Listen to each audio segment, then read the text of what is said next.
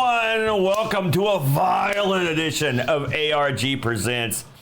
I'm your good buddy, your good pal, and top shelf, number one ranked fighter in the world, Amigo Aaron, joined by my tag team partner. Please welcome the original tough guy. I give you the BRENT. Me? Yeah, you look at you. You were snarling and stuff. If they didn't know you were such a powder puff, you'd look kind of mean. Oh, yeah, my appearance does look vicious and evil. And that would come in handy for a category like today, because we spun the wheel last week. We made a deal, the very interesting deal for me and my tag partner here, because bam, it's team fighters. These are games where you have a teammate or two or three teammates, and you fight some other teams for dominance. These were games that got a lot of jack after the initial batch came out, and they've sort of ran ever since. They've become an intricate part of fighting games when you add multiple partners to your fighting roster. Brent, do you recall the first time you played a game that had multiple options for partners in a fighting game? Yeah, it's my favorite game of all time, X-Men versus Street Fighter. That's the first time, so you weren't privy to the early King of Fighters games? No. Really? Yeah. I'm stunned by that. I mean, all of the SNK games that I played were the Fatal Furies that were single player stuff. And those were no good. Obviously, I'm not including wrestling games in this. Right. Or it's that funny kind of I was thinking about this morning. If you boiled it down, like if you thought to yourself, what was the first video game where I fought two other people? The first one that I could think of was the original tag team wrestling from way back in the arcade. And then the game I picked today wouldn't be too far behind. Now, some people are going to differentiate wrestling games from fighting games, but I think they absolutely fall in the line. Oh yeah, no. With the genre. But the first game where I actually was tagging up to take on people in a fighting arena that I ever played was the original King of Fighters, which I have to say, having played a lot of SNK's fighting games up to that point, and knowing some of the participants in the games, because you had the guys from Fatal Fury and stuff like that. This game was like a revelation when it came out, where you let you pick two other partners to go into combat. Now, you're saying you just weren't into the SNK fighting franchises at all? Well, no. Like I said, Samurai Showdowns, I really enjoyed all the Samurai Showdowns. Yeah. World Heroes, sure. I enjoyed several of those. And they weren't really in on the no, they were all one-on-one SNK stuff, which is a bummer, But the thing is, I tried to take this cross-genre, right? And I want to take a moment and talk about this. Completely off topic what you were talking about. All right, go ahead. I wanted to find a beat 'em up that had tag team elements. Okay. There aren't any. There's actually like 3 that I could find that were ever made. Jay and Silent Bob. That was a game? Apparently. Oh, man. And a very recent game, like released in the last 2 years, that I was going to pick. It's $12 on Steam. The name fails me right now. It starts with an F. That's all I remember. But they just aren't out there. And I was thinking, man, why? Why are those not out there? That makes complete sense. Because one of the worst things with a beat 'em up, right? Especially these long 40 to 60 minute slogs, is it's the same guy doing the same thing. You're playing over and over and over, because if you don't die, you never get to switch characters. How awesome would it be to have where you could tag in another character? Maybe your power move that takes a little bit of health has 2 characters and they beat up on the same guy or something. Yeah. And then your first guy leaves, and then you've got the second guy. That way you can't abuse it. No, they're just not out there. What about Donkey Kong Country 2? Yeah, but that's not a beat 'em up. That's a platformer. You smack guys around in that. That's not a. Hey, listen. Are you calling that? Are you saying I'm not going to die on this hill. I'm not going to die on this hill, but I'm just saying it's the first thing that came to my head was when I was like, because I was thinking about myself. I remember a game where you tag out to a guy, and that's what it was. It was Yeah, but that's a platformer. That's a great game too. Yes, it is. I'm not denying that. So what you're saying though, getting back to the matter at hand, you've had little to no experience playing the King of Fighters series. No, you said which one did I play first? Right. What about now? Have you gone back to try it out? No, there's a why? It's a good series. It's okay. Yeah, it's okay. Yeah, it's just not a fighting style that it's. Even when you're talking about your Samurai Showdowns and your World Heroes and your Fatal Furies, even those fighting games are not my preferred style. Fatal Fury is not that good. That's that. I mean, I never liked Fatal Fury. I never liked any of the Fatal Fury. But those just aren't my style of fighting games. I prefer the Capcoms. I prefer your Darkstalkers. Yeah. And your. There wasn't a team Darkstalkers, was there? Okay. Unless you pick one of them as a team in one of them versus series. So your preference is the versus. Now, so what did you think when you saw X-Men Street Fighter versus X-Men? That did it for you? Oh, you were on board with the tag team? Oh my God! Was that the first time? I mean, were you aware of tag team or team fighting in other fighting games, or was that the first time you'd ever seen it? Not really. This is the first one I sat down and it was like, I'm going to play this, and I'm going to play it a lot because, first of all, I played the Children at the Atom games, right? So obviously I'm familiar with the whole Marvel universe anyway. Yeah. But then you sit down with characters from fighting games that I'm already aware of. Yeah. So I both sides of the coin, I already know what I'm getting when I pick these characters, and to play the different matchups, to see what team moves go head to head together, and what gives you the best effect. Just fantastic to explore. You've got to give the people at Capcom credit, because securing that Marvel license to do Children of the Atom and Marvel Superheroes, which are both great games on their own. And then they had enough common sense to think to themselves, where can we take this? Because you can only take that concept so far, I think. And what they did by adding in the Street Fighter characters was a brilliant stroke. You're dead on. Making it, you get to pick more people, so it's a team battle game, which I'm sure, there's no doubt in my mind, they saw what SNK was doing and just said, okay, how can we work this in the most creative way? That's what they did. Well, also, it was easier for them because they already had all these beautiful sprites that you just tweak just a little bit. Yeah. You give them a few more things, bam, they're in the game. Yeah, that's the way you do it, too. Smart move.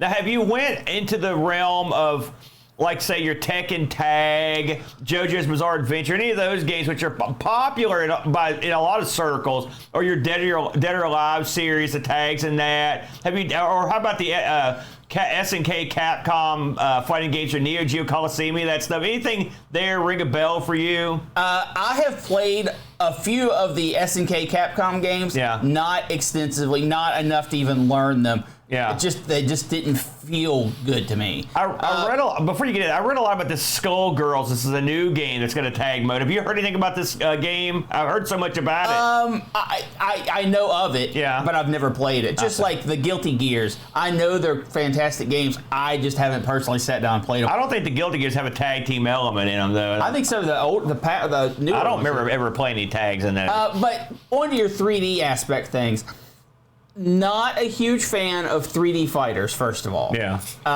So for me, adding in the tag element did not it wasn't like updating the 2D with the tag element. That actually added an element of play. For me, when you have a 3D fighter and then a 3D fighter with tag, that's not a leap forward for me because I didn't enjoy the base experience. So you didn't play Street Fighter EX or Rival School? No, those are out of the loop as well. I played them, but those weren't games that I made an effort to learn. I thought Rival School was just a lot of fun. My all-time favorite 3D fighter is Virtua Fighter 2? No, the one where you can break the armor off. You mean talk about Toka Shinden? No, this is embarrassing because I had it on my tip of my tongue. Battle Arena to Shinden? No. We'll come back to it. I'll remember it later. Fighting Vipers, that's what it was. Oh, and that one, I didn't like that. Everyone hated Fighting Vipers. Yeah. I loved it. I thought the armor aspect, where you could do more damage if you hit them in a place that didn't have armor, I thought that was brilliant. They got that Battle Arena to Shinden too. But in the same vein, Aaron, you don't play a whole lot of 3D fighters, did you? I do. I was a big fan of Virtua Fighter 1 and 2, especially Tekken. I love Tekken. I mean modern. I love 3D Rival fighters. Schools. I played Street Fighter. I wasn't as big a fan of Street Fighter EX, the first one. It was garbage. Well, I mean, it wasn't horrible. It was okay. Yeah, you're right. It was garbage. Well, I mean, it wasn't the best. I'm not going to lie to you. But that was the infancy of Capcom trying to get into that business. No, I do like 3D fighters. And actually, you saw where they came back to. Well, you can do both, but I do like both. I'm a big fan of the Tekken. I thought Tekken Tag was a real good series. If I'm on, I mean, a real good game. They I made liked a ton of them. Then, well, not just that. I thought the additions were good and the gameplay additions were good. Tag, I'm okay with the tag team thing. At first, well, when I first saw it, I thought it was intriguing. I still don't think anyone's done it quite like SNK did with the King of Fighters series, because I like the fact that the teams made sense. And like one thing about that series, it was one of the first sets of games that delved into the company's past, which I like that shtick. You know, pulling from other games that you wouldn't necessarily even know as fighting games. I mean, Capcom did that too. Well, I mean, just not in a team atmosphere. It was cool. Representing different countries. I thought it was a good gimmick. Yes. Yeah, that was. So I think I was a big fan. They made 1 million of them. So now when you say, hey, what's your favorite King of Fighters? Like, people are like, oh my God, and there's so many that kept going. I think if I picked, I think it'd be like probably 97, I think was the one I really liked. But it's even hard for me to remember because I've played so many of them, yeah. you know. Yeah, it all comes down to who you like and if what they had it Trust added me, in. they milk that cow totally dry. Yeah. So, but I mean, listen, there's a lot of things to choose from. I think Brent said before we did this, it was like 65. I didn't count them, but there's quite a few. See. I was actually surprised there were few. I mean, in terms of legit, straight up fighting games, I was surprised that there weren't as many as I thought there'd be, if I'm honest. It's something that's getting added a lot more to just everything. Yeah. You know, like I saw Mortal Kombat 11 had added it, which Mortal Kombat never did a team fighting thing like that until then. So that Mortal Kombat really wasn't set up for it, just because certainly not in the arcade, given what you were doing. So I can understand why it would be so hesitant to get into it. But so there's got to be one out there for your taste. That's for darn sure. Absolutely. And so we had a couple that fit our various tastes. I'll go ahead and lead the dance this week. Now, I didn't mean to kind of jump outside the usual fare of fighting games, but I wanted to give this game credit. I couldn't believe we never covered it, and it's a lot of fun for me. And I think it's a really good game that doesn't get as much jack as it should, and it's a legit, pure tag team fighting game. And my game I picked was WWF Superstars by Technos Japan. Released in 1989. This is an arcade game, Brent, that never got a home release. Ish. Now, I'll get into the ish. It never got a home release. Directed, of course, like I mentioned, this was done by Technos Japan. Director of this was Yoshihisa Kishimoto. Now, you may have heard of him because his works he does everything. Well, I mean, he's been director of so many games that you've heard of, including stuff like Renegade, Double Dragon, Super Dodgeball. He did a bunch of the Double Dragons. He did WWF WrestleFest, which is one of our favorite games. The Combat Tribes, a bunch of stuff for the home systems. So this guy's been around the block. He's a real big player at the time. I mean, Technos was on fire back in those days, and a lot of those games, including the Double Dragon series and whatnot, they were all done by Technos. This brand, I thought this was interesting. I was wondering, this was a Jam arcade board. We owned the board. We probably still have it, I think, somewhere. This ran on a 68,000 with a Z80 and a Yamaha chip for the sound. So this is something that's like, you're looking at this like, why didn't this get ported again? Well, I'm going to explain why here in a minute. So let's get right into it. I'm not going to beat around the bush here. WWF Superstars is a game where you comprise a tag team out of 6 selectable wrestlers to go after the World Championship held by the Mega Bucks, which was the team of Ted DiBiase and Andre the Giant. Who you could not pick. That's very without important. a hack, Right. Which I'll get to that too. From the arcade. Right. Yeah. So, yeah. Originally, in fact, there's some stuff that was at the cutting room floor where Ted DiBiase and Andre's names were up there in the power bar. So apparently at some point the possibility of playing them was to be implemented, but it never happened. And I also read, I can't confirm this, but I did read this, that there were 2 characters cut for time constraints, which were Bruce the Barber Beefcake and Ravishing Rick Rude, which would have been cool. So the game here, you are tasked to pick a tag team out of these 6 wrestlers and then go for the belts. The 6 wrestlers involved, of course, these are all wrestlers of this era, that's for sure.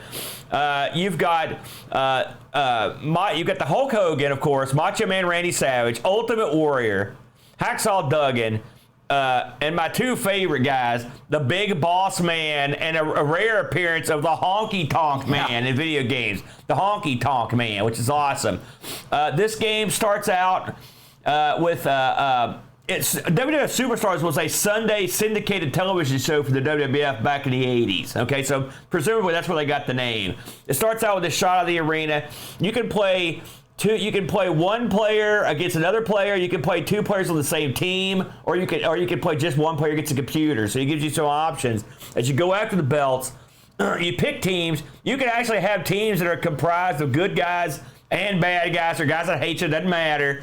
And then it starts off with this great entrance into the arena on these little mobile rings.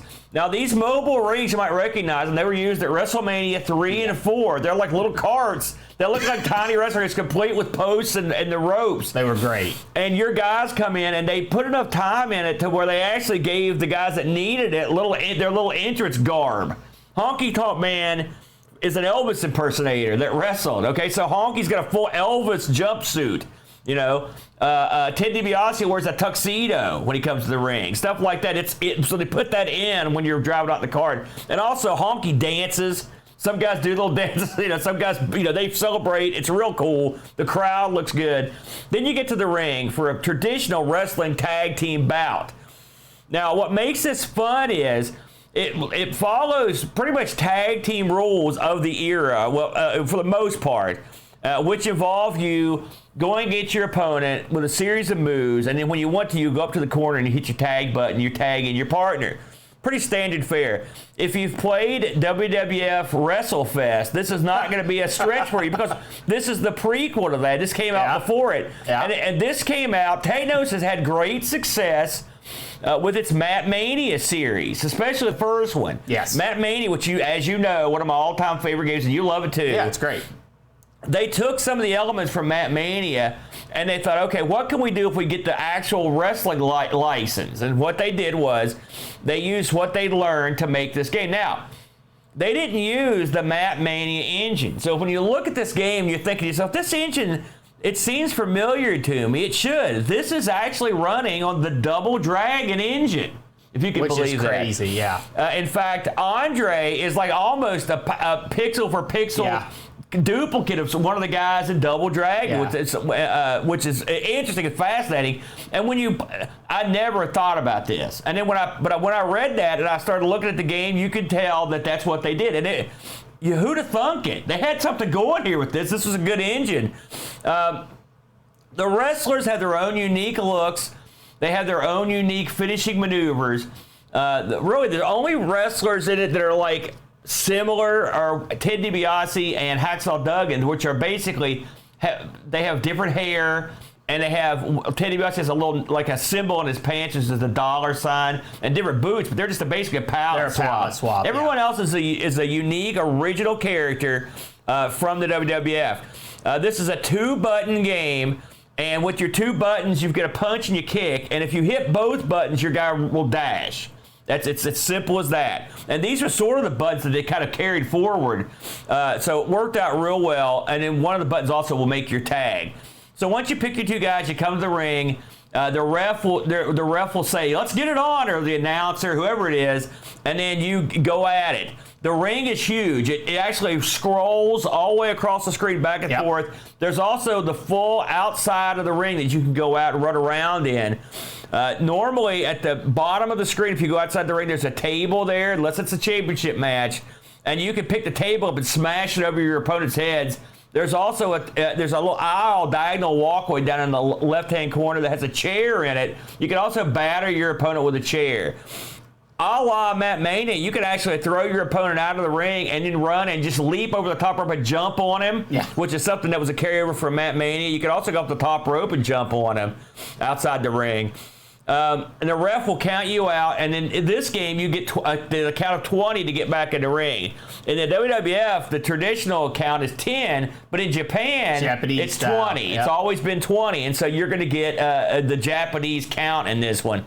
So when you start off the game, it tells you you're in New York, and you've got to win 3 matches to get to a title match, right? So once you win the 3 matches, you get to the title match with Ted DiBiase and Andre. Andre's a big bruiser, as you can imagine. Well, first there's an interview with them. I got to mention this. Mean Gene Okerlund interviews Ted DiBiase and Andre, and Virgil's there too. Virgil was the bodyguard. He's counting Ted DiBiase's money.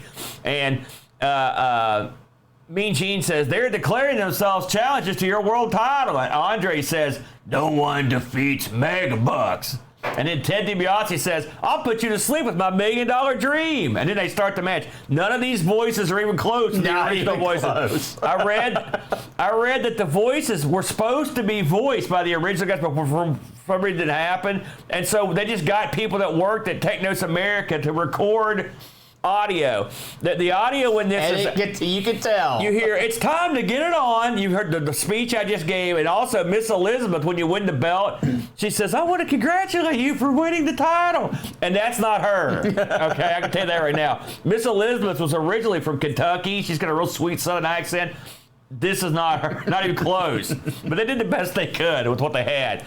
So when you win the 3 initial matches, you win. If you somehow defeat Andre and Ted DiBiase, then you move to the show, but now it's repeated in Japan.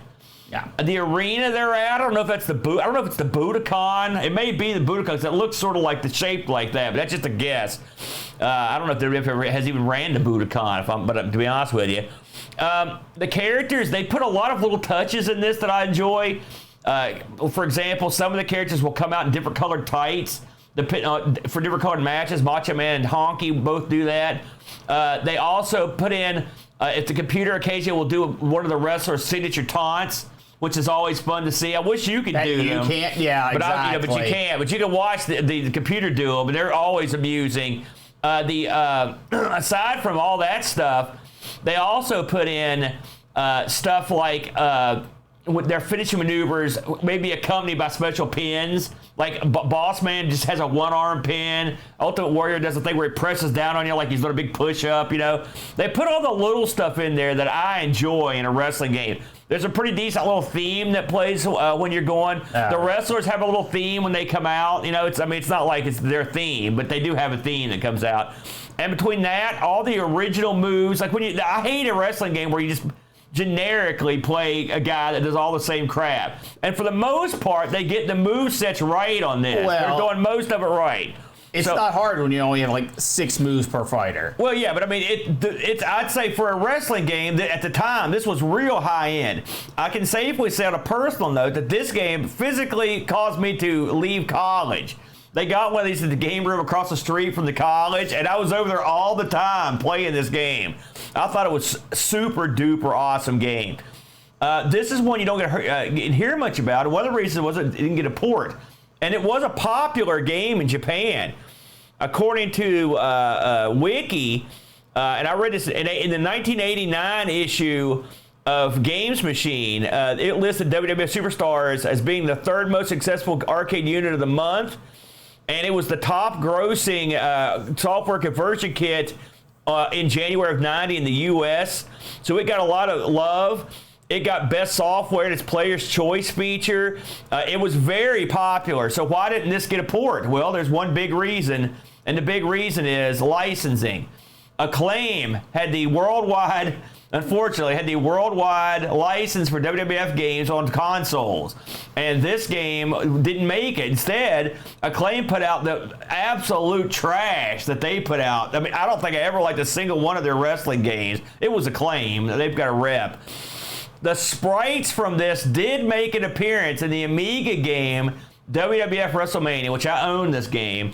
This game is abomination unto man, but it does feature these sprites, and it features some of the retooled sprites as they generate different players in it, which are including the Mountie and Mr. Perfect are amongst the guys they generate. It's a horrible game. Horrible. Don't ever buy it. I knew it was trash, but I mean, I saw it. If you look at a box shot, you're thinking to yourself, hey, look, it's WWF Superstars. This is going to be gold. It's not gold.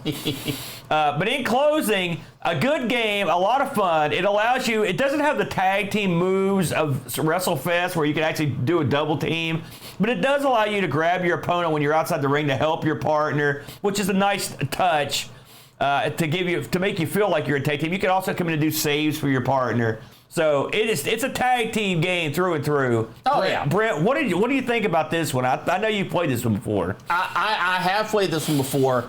However, I didn't play this until after I had played WrestleFest. So my memories of this game are not fond. Okay. First off, 6 characters. Are you kidding me? 6? That's all you could muster? And they weren't people I even liked.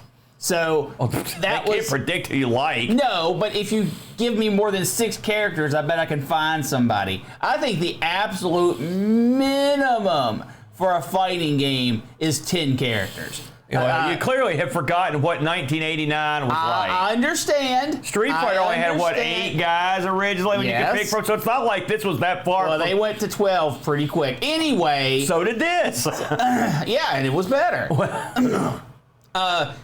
I think that the playing the computer in this, it's a cheap game. Unlike some of the other games where you can kind of figure out what you're expected to do to win, especially, but not limited to, the title match, you cannot win that on 1 quarter. I actually did beat this on 1 quarter one time in my life. And I've gotten to the second title match many times on 1 quarter. But you have to cheat. Yeah. Every match, the first thing you do is leave the ring and batter them with chairs and tables. Yeah. And also, this is another game where, like, if you're real low in air, just get them counted out, which is something else I like to do. But it also has a timer. That's the thing. So if I would have played this before I played WrestleFest, I would probably have a different opinion on it. But WrestleFest is such an improvement, such an incredible improvement that I don't have fun on this game. I've never had a pleasant experience with this game, and I'm not even here to say the game is bad, although the game is incredibly cheap. But I am here to say there are better options out there that make this obsolete. I'm going to disagree with you on almost everything you said. All right. All right. Number one, given not playing this when it came out, you got to think you got to think of the incredible leap from Matt Mania to this. I would much rather play Matt Mania. Matt Mania had no choices of characters. Okay, it had literally none.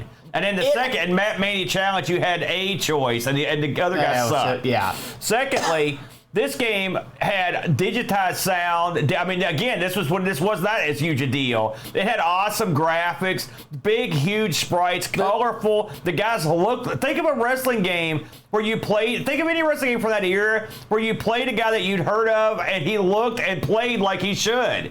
This was a huge deal. That's another thing. The move count from Matt Mania to this are incredibly similar. Yeah. They're the moves that you can do.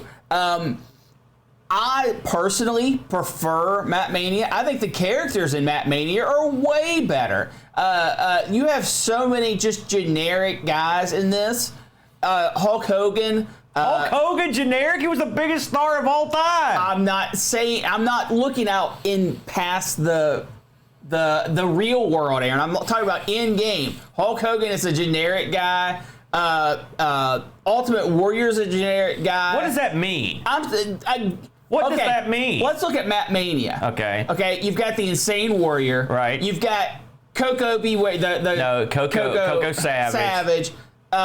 You've got the Piranha Guy. You've got the shoot, I skipped one. Who'd I skip? Oh, the Karate Guy. They all had themes. They all had character. They all had something that made them special, and their moveset was based off of that. If you didn't know the characters from wrestling, the only one in this game that seems to have any kind of interest in him is Big Boss Man. Everyone else just looks like generic fighter guy. So you have to have knowledge of WWF to even begin to enjoy this on the levels that you're enjoying it. If you strip all that away, it looks like 5 generic fighters that you can choose and one guy that's kind of themed. You realize that almost all the guys in Map Mania were just ripped off actual wrestlers, right? It doesn't matter. Well, I'm just saying it's exactly the same thing. No. Like the Karate Guy was a ripoff of Kabuki. Coco Savage is a ripoff. And we're all ripoffs of guys. Aaron, you're Golden Hulk? No, Golden Hulk's a generic guy. No, he's a cross between Bruiser Brody and Hulk Hogan.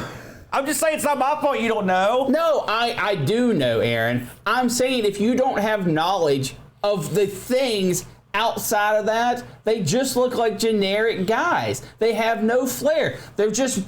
If they look like they're actual guys, though. If you're making a licensed game, that's what you do. This argument's goofy. I'm done with this argument. All I'm saying is if you like wrestling, it's a fun game. It brings some things to the table that you don't get in WrestleFest. If you are a wrestling fan, yes, you'll probably at least recognize the people in this game because they look proper. I'll give you a few tips, by the way, if you play this. My favorite team is the Macho Man Randy Savage and Honky Tonk Man. Not just because they're both awesome, but because they're both the best guys to fight Andre.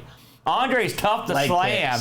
And so, but Andre can no-sell most big moves, like suplexes, belly to back. But what he can't no-sell is Honky's headlock with a punch to the head. Honky's got a little sneaky kick that causes Andre trouble. And he also, Macho Man can use his running clothesline on Andre. So they all work if you know what you're doing. So those are two guys to pick. The most interesting guy in the game was actually the $1 Million Man. He's got the biggest move set. He does an over-the-top belly-to-back suplex. He does a power slam. He does a back breaker. He does a $1 Million Dream. He's got lots of cool moves. Pile driver. He's a good guy. And again, there is a hack that lets you play as Andre and Ted DiBiase to go for the belt. Now, there's a few glitches in it if you do the wrong thing. But for the most part, you can go all the way through with those two guys, so that's kind of fun. It's kind of neat to play Andre. Yeah. So with that functionality from a hack, one would assume that at some point that had been something they had maybe played and pulled out of the game.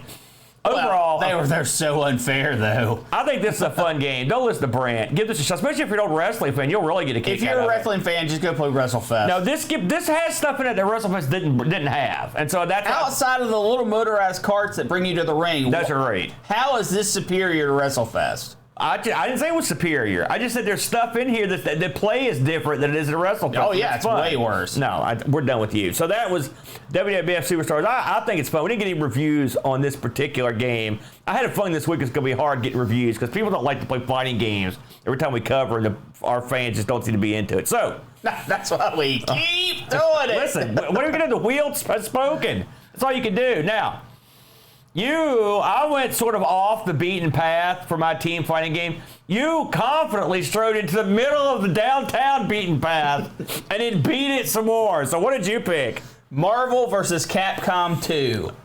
Holy moly, what a game.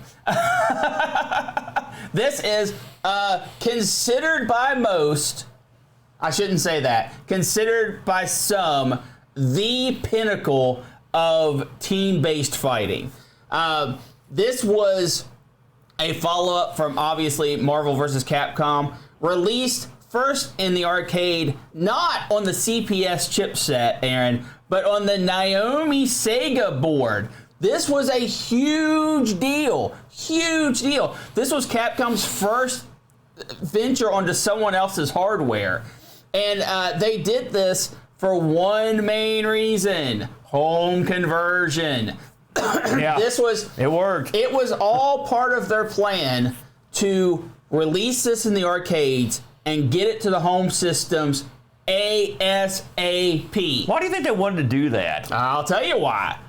Their gimmick, not seen anywhere else outside of Japan, because I guess it did not do well, was you could take a Dreamcast VMU, the little memory module, take that to the arcade, plug it in, play your stuff, take that back home, plug it into your Dreamcast, and get credit for the time you had spent at the arcade. Credit for what, you may ask? This game starts out both in the arcade and at home with a roster of 26 characters.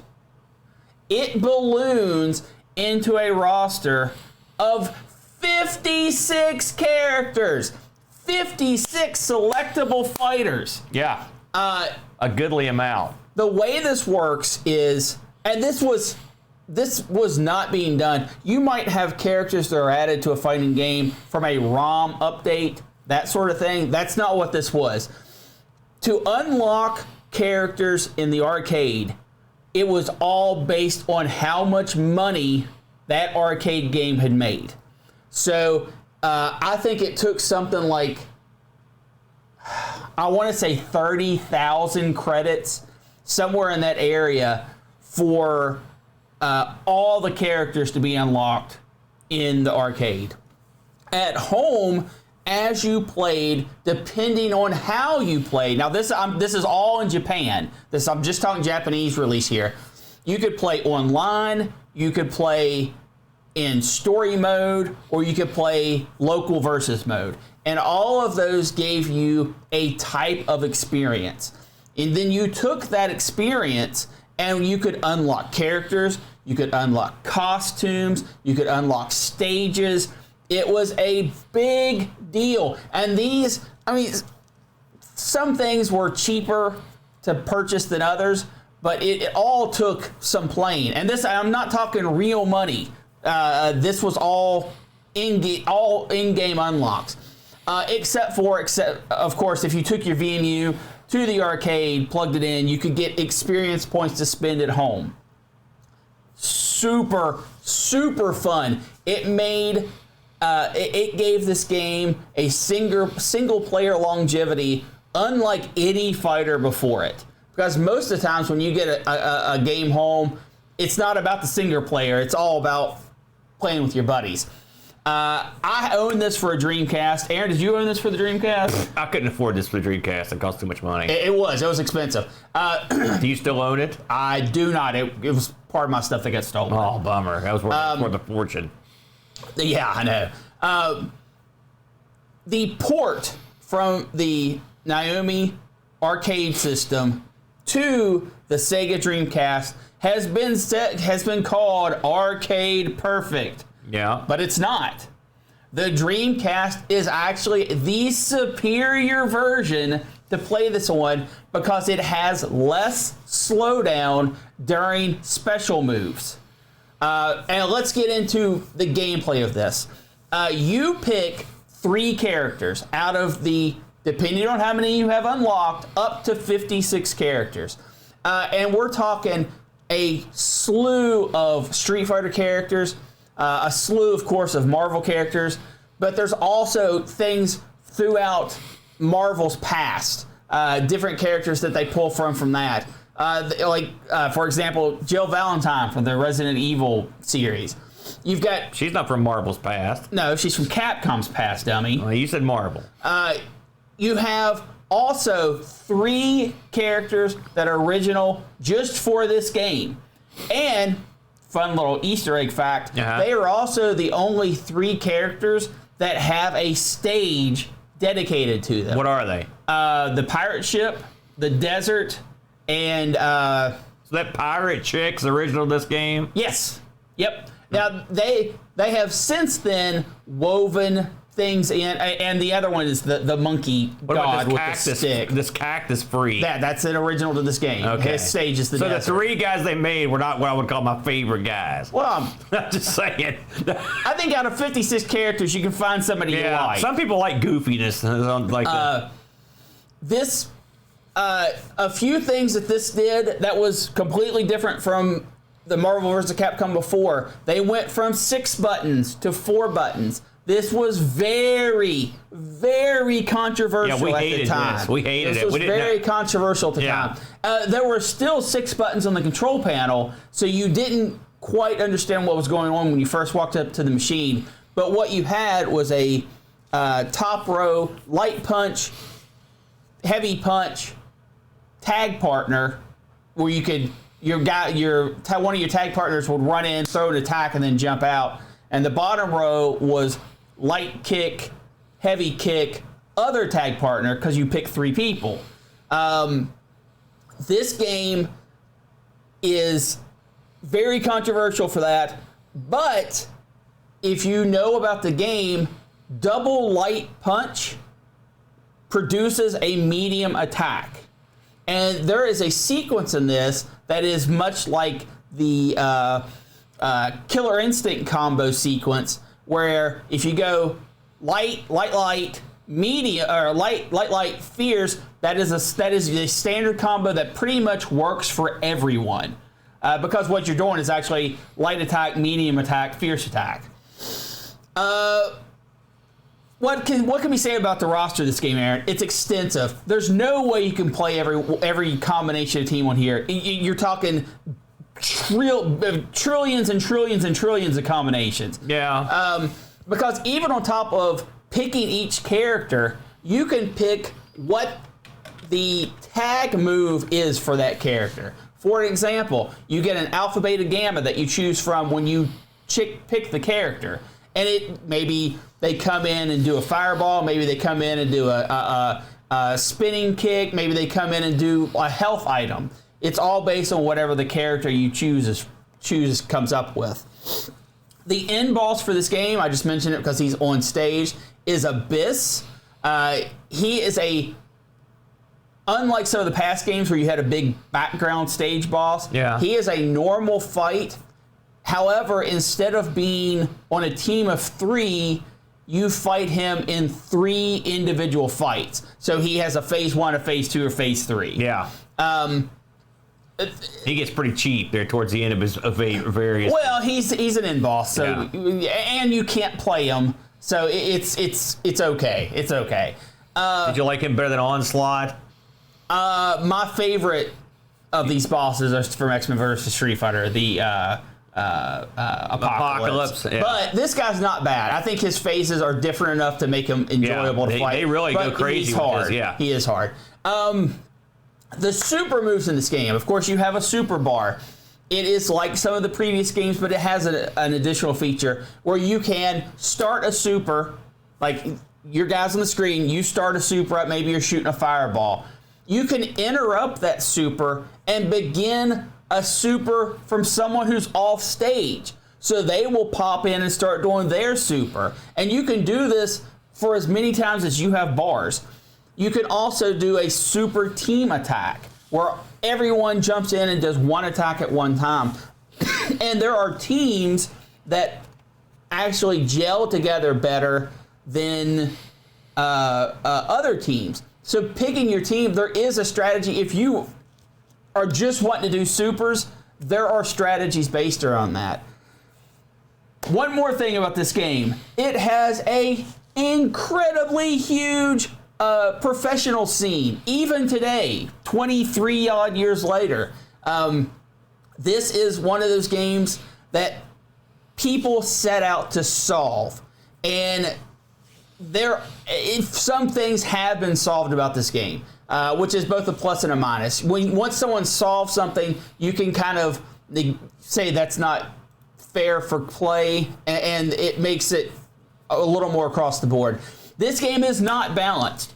No, it's not. But it's amazing that the fighting scene for this is so intense. This is what a lot of the games that are played on this are cash games.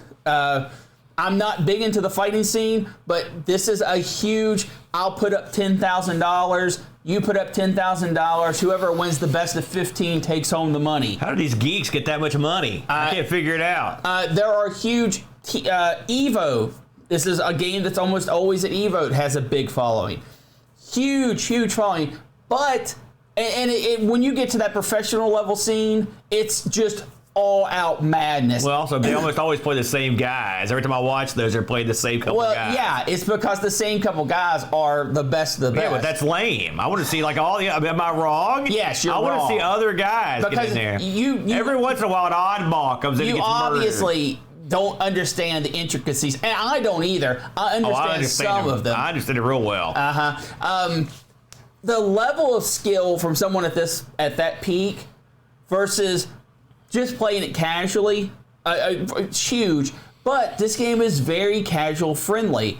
The 4 buttons, that's the whole reason why they dropped down to 4 buttons, was I thought they did that for the home release. No, what are you talking about? Almost every console at the time had plenty of buttons on No, but they had the Dreamcast has 4 face buttons. Yeah, but it has L and R's. Right, but I'm just saying I'd always heard that was the reason. Incorrect. I don't. It was solely based on bringing in new players. This is the first. Some people call it 2.5D. I think that's stupid. This is the first fighting game by Capcom that has CGI backgrounds, but sprite-based combatants. Yeah, it was pretty weird. It's at the time. jarring. Yeah, it's jarring. And all the games henceforth have been very similarly jarring. They get a little bit better each time. None of the characters in modern fighting games are sprite-based. They're all 3D. The music in this, garbage. It is. It's very Japanese. What a Japanese guy thinks Americans are into. It is. Although it's sort of famous for "Want to take you for a ride." The opening and stuff. It's sort of now. It's sort of famous. Yeah. You can't get rid of it now. Yeah. I've seen versions of this like a download the Dreamcast where someone went through and changed every track to make it cooler. I've downloaded those before, and I don't blame them. But I mean, it's okay if you're like. It's more like it reminds me of something like you hear on the Cowboy Bebop soundtrack or something. Yeah. No, I mean that music is actually fine. I'm talking about the stage music. Yeah. It's not well received. Here's the most amazing fact about all of this. Yeah. This game was rushed through production. Really? Rushed. They were pulling sprites from every property they had, and the plan was just to take all these sprites, mush them together, put them on this Dreamcast board, and get it out the door. Yeah. And that is what happened. But along the way, they innovated some things that are now staples of versus fighting games.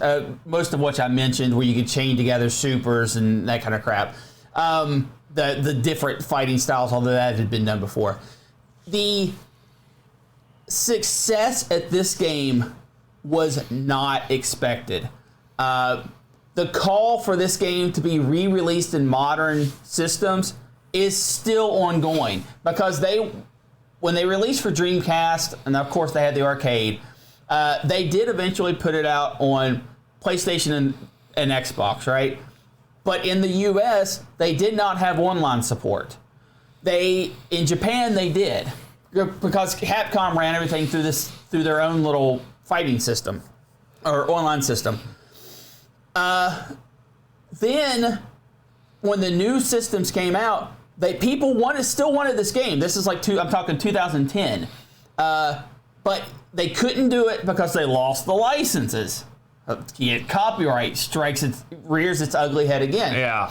They eventually got that worked out, and the arcade cabinets, the little ones you can buy. The arcade 1-up. Yeah.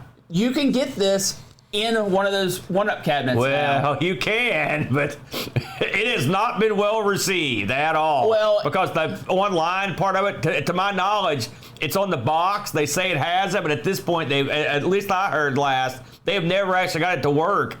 And in fact, the other parts of the game it's because it ships in a cabinet with multiple games. Yes, they've got all kinds of problems. So your mileage, I would not buy the 1-up right now if I were you. But there is versions of this game that can get online and have rollback code, which is brutally important for modern fighting games. Is it perfect? No, but it's better than it's ever been. I don't know what that is. It makes fighting games a lot better. What is it? It's basically when you put in an input, the other end predicts what your input's going to be, and it thinks of that beforehand, what would happen if you did this, and it has branching paths, and if you hit that move, then it follows through. If you don't, then it obviously doesn't take that. It keeps the lag to a minimum. I did a horrible job explaining that. It's way more complex than that, but it keeps the lag to a minimum is the important part. I don't think I'd want to competitively, with my hiney on the line, play any of these games online. Well, I don't care what they've got. I know better, because there are some games that don't play well online. Fighting games have gotten tremendously better. Pinball is another one that doesn't play well. There's a lot of them like that. Pinball? Oh, yeah. Anyway, you're insane. Oh, yeah.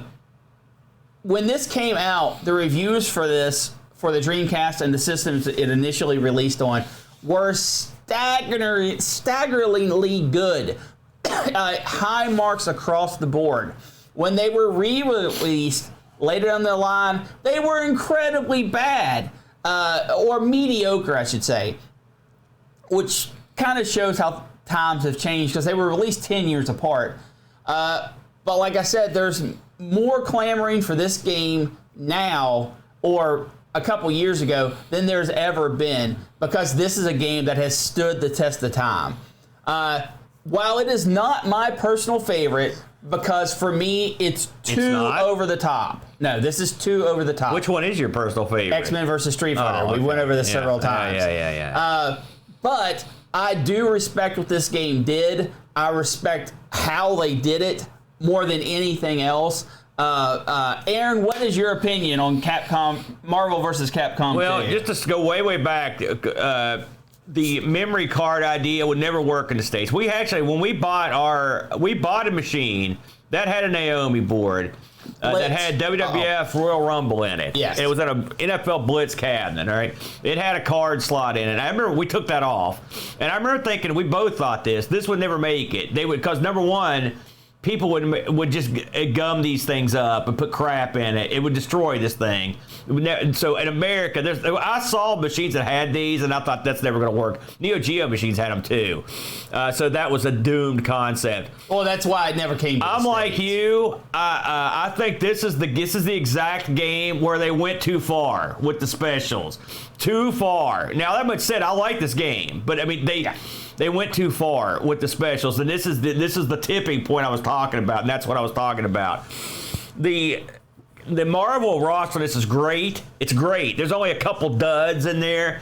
The Capcom roster, not so good, Al. That's about 50%. There's a lot of guys that aren't as good. So the Marvel roster is way better than the Capcom roster. They left out staples. Well, I'm not gonna get into it. They left out a lot of guys that I like to put in stupid crap like Servbot and the Cactus guy and some of this other crap. Well, the Cactus guy was an original character, but what they did was what everybody wanted them to do, and even that you mentioned. No one was clamoring for Dan to be in this game. I can tell you that right now. Dan is a staple. Dan is not. He's a stinker. I never liked Dan. He's a staple. So, but anyway, there's plenty of duds. Or Captain Commandos, another guy. Can I finish? It's my turn to talk. You hush.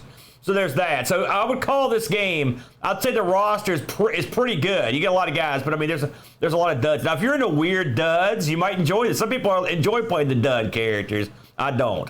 The music, you didn't mention the announcer in this. The whole audio package in this is bonkers. And and even the visuals in between matches are bonkers.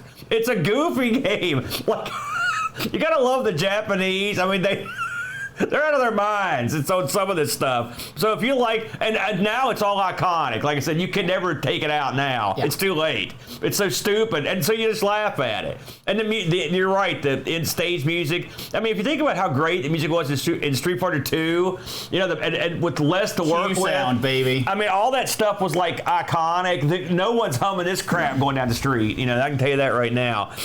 But when this game came out, it was awesome. I'm like you. I was a big fan of X-Men vs. Street Fighter. I like 6 buttons. I didn't like going down to 4. I still don't like it, if I'm honest. But I heard, like I said, I heard opposite of what you said. I heard that they did it for easier home conversion to Dreamcast. That's just what I heard. Your mileage may vary. It's a good game. I still play it. I put it on every machine I've got that'll run it. You know, it's one of those games that used to test your emulator's ability to play a game on the Dreamcast. Sprite-based games, you know, yeah. And so it works well. And I can't imagine people having not played this by now, but it's definitely a big winner. The Marvel guys in this are great. And the art in this is great. But you can tell there's a hodgepodge of different pulls from different games. Because a lot of the characters some of the characters look like they came from the Alpha series, so I'm sure they did. The look of them, at least. Yeah. And then Captain America, these guys look, they're straight out of Marvel superheroes. It's a clash of art styles a bit. But I mean, it works. I mean, they've sized them up about right. Some of the characters are, like I said, are huge. It's a shame that they didn't get. I'd love to have one of these games where they just get every single guy from every game. That'd be awesome. Well, that's Mugen. Yeah, well, I would say it'd be cool to have, like, I don't know, the Sentinel in here, or not the Sentinel, but the he's in there. What's the guy's name? I can't remember. Anyway, there's a couple guys I'd like to see in here that weren't. There's tons of Street Fighter guys I'd like to see, Capcom guys, but that's irrelevant. It's got Gambit, enough said. I love him. You know, I was happy to see his inclusion. So I give this a thumbs up, but you know what you're getting when you get it. If you own it now, you're in the money, because these things go for a pretty penny. Yeah, they go for about $200 online. With case and everything. Yeah. And the reason why is, like I said, it's still a game that's popular today. You know, the funny thing is Marvel vs. Capcom 1, I wasn't a big fan of that one. This one was way, way better than Marvel vs. Capcom 1. Well, but you needed Marvel vs. Capcom to get to this place, and you needed X-Men versus Street Fighter to start the whole thing. But which one did you like? I mean, I know. Two. Yeah. Tons better. No, I mean, which one did you? I mean, you liked X versus Street Fighter way more than Marvel versus Capcom 1, right? Yes. Yeah. Well, I liked X-Men versus Street Fighter better than everything. There you go. Enough said. I'm gonna say I didn't look this. Did you look to see what this is going for on eBay? About $200. No. No. I'm talking about the Naomi board. Oh no, the arcade board. No. Yeah, and those Naomi boards, by the way, just for an FYI. I'm talking Dreamcast. We sold the Naomi board with the accompanying game, which sucked, was WWF Royal Rumble. Oh, God, for more than we paid for the entire cabinet. Yeah. So, in fact, as I look to my left, that cabinet, at least part of it's sitting right beside me. So we kept it around. Oh, Britt, so what? As we close up shop on team fighting games, any parting thoughts on this? Well, I think an important thing that needs to be asked, Aaron. Do you prefer team fighting games or 1 versus 1? That's a good question. That's why I never even thought about it until this exact second. Wow, okay. I like team fighting games because it gives you opportunity to make a comeback. You know, it also lets you get better at more characters, which is nice. But I'll have to say, I think I like one-on-one better. Just because that's the way I came in. It's also a shorter game, and sometimes these games can go on forever, these 3-on-3s, you know, so I'll probably say I like the 1 versus 1. Plus, some of my favorite games don't really have team elements, like Mortal Kombat 2 and Virtua Fighter 2, stuff like that. The original Tekken's, a couple of those.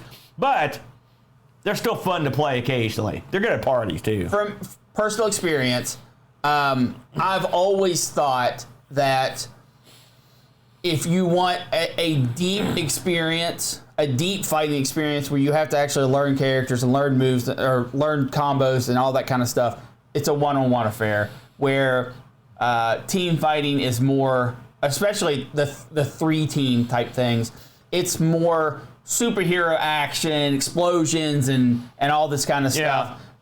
More of a party atmosphere game. I think that's why I like X-Men vs. Street Fighter so much. It is a single-player game that you happen to have 2 fighters. Before we move on, there's one thing I want to mention. Yeah. You didn't talk anything about Marvel vs. Capcom 3, no, because it's horrible. And I was going to ask you, has that system to 3 buttons? Has that system fallen on its head? I mean, is that series done? Well, they don't have the license anymore. Right. I mean, I hated what they did. Yeah. I hated it. Yeah, it was horrible. And so we could definitely both agree that our games we picked this week sequels, mine was way, way better than yours. There you go. I guess so. There you go. Aaron, if you had a computer problem and you were looking to team up with someone, who would you go with? There's only one team I trust for all my computer needs, and I think we all know who it is. It's our friends, the team at RetroRewind.ca. Absolutely. There are fellas up there like the runner, the owner, Frank, his buddy Jason Warrens. These two team up along with many more to bring top shelf quality repairs, services, and also items for sale to enhance your enjoyment of your home computer. Do you have a Commodore machine at the house? Do you have a TRS-80 color computer at the house? If you do, you're in luck, because these friendly Canadians located up in the Great White North are more than happy to take your machines in and repair them, recap them, and give them all the love and attention that you can't give out. To You're be a busy fair, man. If you have a damaged machine, you're not lucky, but Frank can help you out. If you have a working machine, Frank can still help you out with all the little bonus features that he will sell directly to you. SD card solutions, got him. Compact flash interface solutions, got him. He's got everything you need either to fix your own machine, diagnose the problems with it, or let him fix it for you. That's Frank and all the good folks on the team at RetroRewind.ca. Absolutely. What do we got this week to Brent? Aaron, for the Retro Rewind piece, Now? we've got the Apricot F1. Oh man, I remember that one. And the new piece is Pixel Gaiden Mistakes. This is our good friends over at the Pixel Gaiden podcast, where they have chosen they have said something is bad when it's actually good, and we're going to have to prove them. Oh man, we're cross promoting. How'd you set that one that's up? more of a cross fixing their mistakes. Yeah, I hope they don't return the favor. Because you screw up all the time, and I just have to sit here crying. Here we go, folks. The winner is no. Oh my God! No, wait. What was it? It says it's Amstrad versus. Was it? Oh, we're gonna have to review the footage. I can't review. Aaron. I don't have the ability to review the footage. Chad, did it land? No, re-roll. How do you botch a wheel? Give me that. Get that thing and do it right. How do you botch a wheel spin? It was Retro Rewind. Thank you, Mitsuyama. It was just something different when I looked at it. You're killing me, Mitsuyama. Thank you, Mitsuyama. So what he's doing yet again, this has came up twice in the past 3 weeks. That's amazing, isn't it? Yeah. It has been so long since the Retro Rewind slot has hit. Why don't you pick some stuff this time that we haven't just covered 2 seconds ago? Nope, TV, going back on the wheel, Aaron. Oh, here we go. So, Brent, now, in the tradition of the Retro Rewind piece, we've got DOS. All right. DOS is in, Aaron. let me help you out there. No, please don't help me out. He's a horrible teammate. You can tell. We've got the Just put it in. Fujitsu Micro 7. Oh, I haven't thought about that for a minute. No. We've got the Micro B. Yeah, all right. All right, that's an interesting choice. Yeah. We've got single word titles. All right. Hey, that was suggested by me. I can't believe you botched by turning the wheel. How could you screw that up? That was when it turned around, it moved. See? Well, you don't wing it. Mitsuyama knows what's You going on. don't wing it around like an idiot. 4-player games. We got Oric. Oh, that's your favorite. You'd love to get that on there, There's wouldn't some you? good Oric stuff out there we have yet to play with. Oh, no, we can't do that. We've done all the games from. Halcyon, you idiot. That doesn't even exist. We've got the Commodore PET. Oh, man. That's a blast from the past, isn't it? No, we just did that one about 6 months ago. Well, I'm just saying. the Ohio Scientific If Challenger. that comes up, we got problems. By the way, one of those recently sold on eBay. Really? How much Yeah, did it go I for? missed out. It was like $400. Different ports, same system. Okay. I've already got a nominee for that one. And the final Retro Rewind Pete. Stop picking a Halcyon. It really wants to go back on the wheel. The VIC 20. All right, see if you can spin this without botching it. Here we go, folks. Second Retro Rewind ever. Unbelievable. It's been so long and it hit so many times. Now, when you spin it here, don't swing it around so fast. And we've got the Commodore PET. All right. Suggested by Buck Owens. Well, Buck, you're getting a double dose of PET. Hey, you've got to have 2 pets, all right? That's the way it goes. Next week, the Commodore PET will be the show of choice, the PET. So, Oh, as we wind this down. Oh, listen, would you get off me? Couple of items of note here before we go. Myself and John Bodovkar Schaller will be heading out to, believe it or not, Brent, I never thought I'd say this.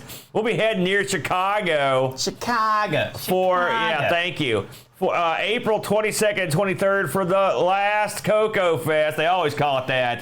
This is the 31st annual Cocoa Fest. In celebration of the Color Computer, we'll be setting up a table with some crap. Apparently, we're going to be doing some sort of show on the stage. So that might be interesting. Should be a lot of fun. If you haven't got your tickets for Cocoa Fest, they're free. So what's your excuse?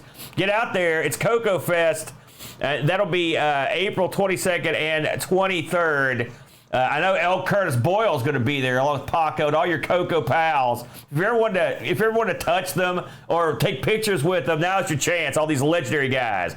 Lastly, just a brief mention, Boat Fest. It's still coming up. June 23rd through 25th, it will be happening here in downtown Hurricane, West Virginia. Myself, John Bodovkar Schaller, the Brent, Jack Flack, all your favorites, a cast of thousands. Canadians will be there. Europeans will be there. Australians will be there. It's going to be happening. We're going to have a lot of fun taking place over the pub, downtown Hurricane.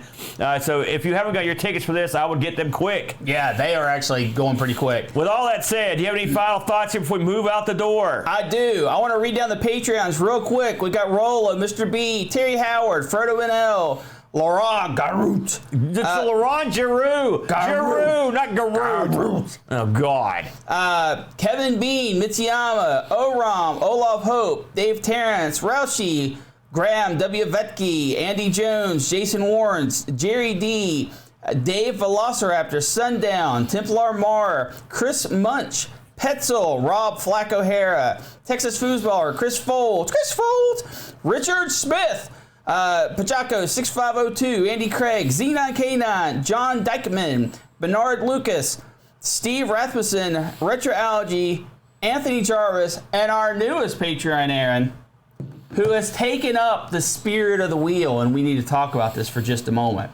It's an angle. John Bodovkar Schaller has decided he is going to possess the wheel, and he is going to... That would explain a lot. He is going to purchase from us an extra show, and we will be presenting that in all its glory. Maybe not next week, but the week after that. So you can thank John for being the spirit of the wheel. Has he said what we're doing yet? He has, and I'm not going to tell you until tomorrow. Why do I not get to know? Actually, I'll be doing the show. I'll tell you when we get off the air.